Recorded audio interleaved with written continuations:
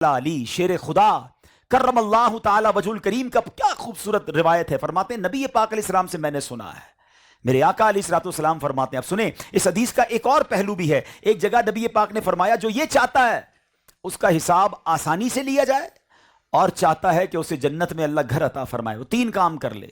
اب وہ تین کام غور سے سنیں اور آج سمجھ لیں یہی میرے بیان کا میسج ہے. میرے آقا فرماتے ہیں جو تم پر ظلم کرے تم اسے معاف کرو, جو تمہیں محروم کرے تم اسے عطا کرو, جو تم سے توڑے تم اس سے جوڑو.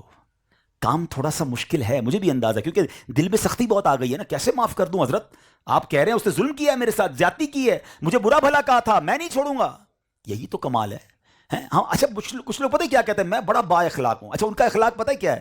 ان کو مسکرا کے ملیں تو وہ بھی مسکرا کے ملتے ہیں, ان کو تحفہ دیں تو وہ بھی تحفہ دیتے ہیں. کمال جب ہوگا جب آپ کے مزاج کے خلاف بات ہوئی, آپ کو تکلیف پہنچائی کسی نے, اب آپ کا ریئیکشن کیا ہے؟ دس از یور ایکچوئل اخلاق.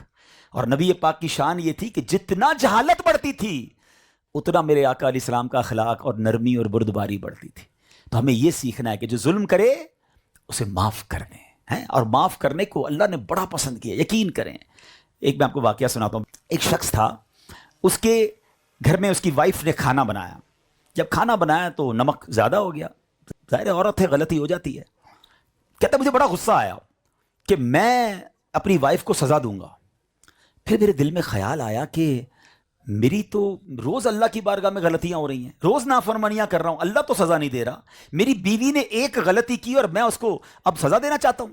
ہو سکتا ہے یہاں بھی کچھ شیر ببر بیٹھے ہوں گے کہ گھر میں کبھی چائے ٹھنڈی ہو گئی یا کھانا صحیح نہیں پکا تو بیوی پہ غصہ کر رہے ہیں, پلیٹ اٹھا کے مار دی, برا بھلا کہہ دیا. حضرت ہم نے عورت سے شادی کی ہے, کمپیوٹر سے شادی نہیں کی ہے. غلطی اس سے بھی ہو سکتی ہے, مجھ سے ہوتی ہے, آپ سے بھی ہوتی ہے. تو سبحان اللہ, اس شخص نے کیا کیا, اس نے اپنی بیوی کو کچھ بھی نہیں کہا, چپ چاپ کھایا اور چلا گیا. مرنے کے بعد اسے بتایا گیا کہ اس روز جو تو نے میرا بندہ ہو کر میری بندی کو معاف کیا تھا, جا میں تو سب سے بڑا معاف کرنے والا ہوں, میں نے تیرے سارے گناہ معاف کر دیے. تو ایک معافی جو ہے نا, یہاں پر ایسے کئی لوگ ہوں گے جن کے ملازمین ہوں گے, یار ملازمین سے ہو گئی غلطی, معاف کر دینا. اب یہ اس نیت سے معاف کریں کہ اللہ میں اس کو معاف کر رہا ہوں, تو مجھے معاف کر. جتنا معاف کریں گے انشاءاللہ اتنا اجر ملے گا. کیونکہ آپ نے سنا کہ جنت میں اگر گھر چاہیے اور آپ چاہتے ہیں کہ حساب آسانی سے ہو, جو تم پر ظلم کرے تم اسے معاف کرو.